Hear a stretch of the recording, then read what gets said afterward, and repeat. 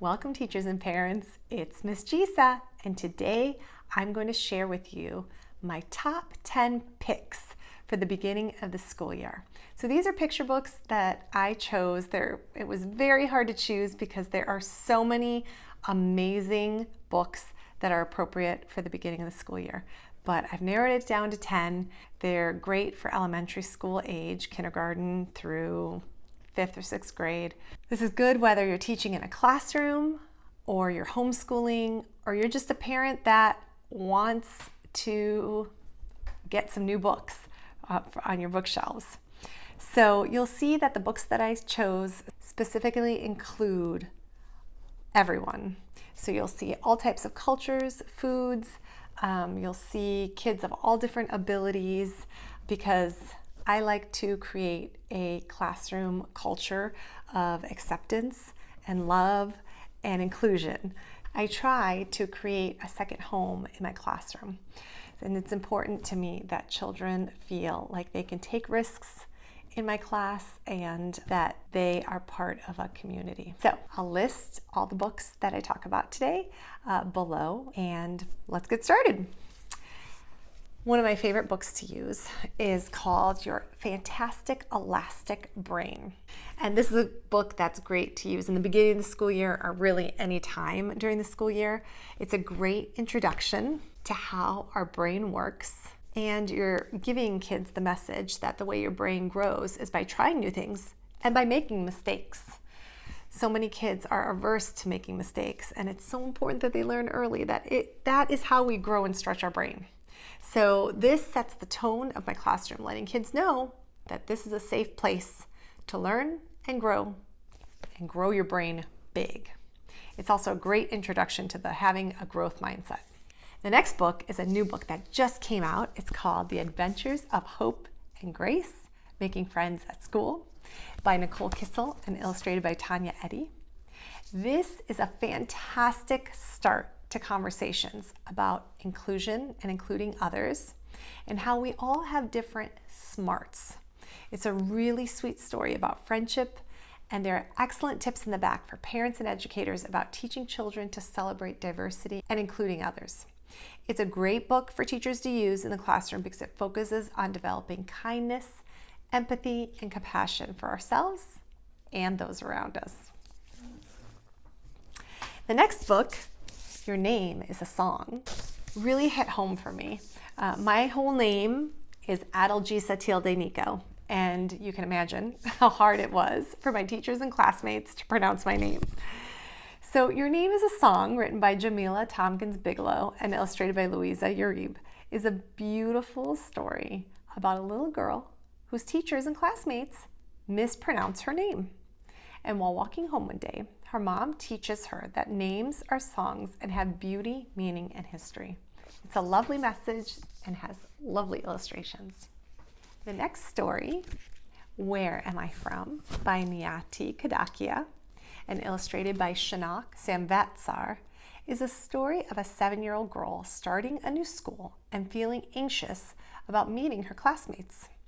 A little boy asks where she's from, which is a difficult question for her to answer since she's moved around the world. Kids tease her for answering that she doesn't know, and from there, she goes home and has very important conversations with different family members.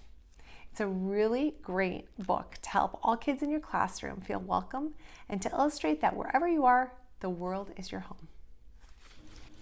Another book from Niyati Kadakia that I love reading at the beginning of the school year is called There's Roti in My Lunchbox, about a little girl who was embarrassed to open her lunchbox at school because her food looks different than her friends, and she gets teased for it.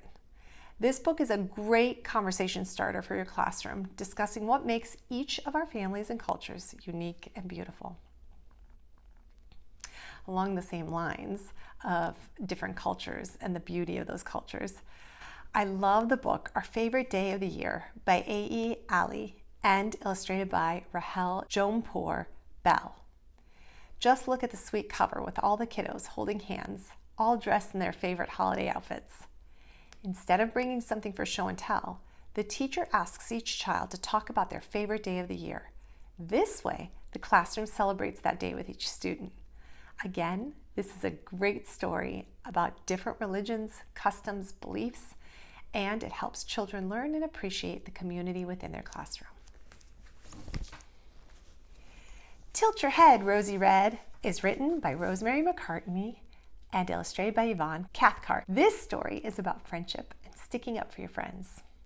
Padimata is bullied because she wears a headscarf, and Rosie learns that if you tilt your head a little, you can see the world through someone else's eyes.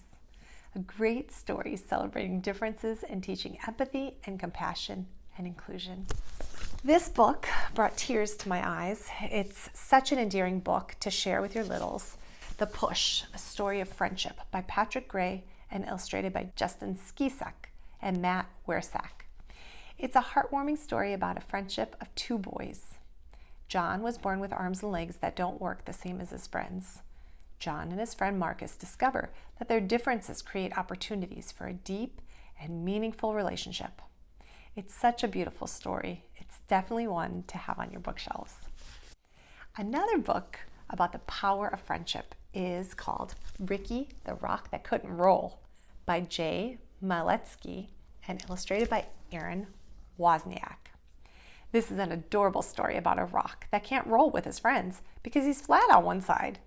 The group of rocks are determined not to leave his friend behind. There are cute illustrations and the message that when you're surrounded by love, you always have hope.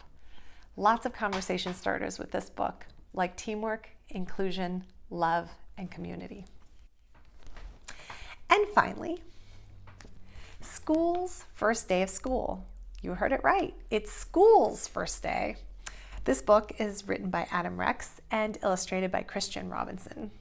It's told from the perspective of the school. It's school's first day and he's feeling nervous. He's grown rather fond of it being just him and the janitor. School starts to feel bad after hearing kids say they don't want to be there, and one little girl didn't even want to walk into the school. School learns from the teachers and giggles at the children's jokes and realizes he likes being around everyone, similar to how the kids felt at first being in school. I hope these books help you start off the school year on a great note, and let's all do our part to raise global citizens. Every month, I'll be posting an episode about my book recommendations for that month.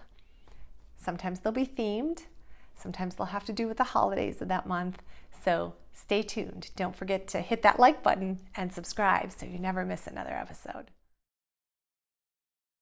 Thank you for joining me today.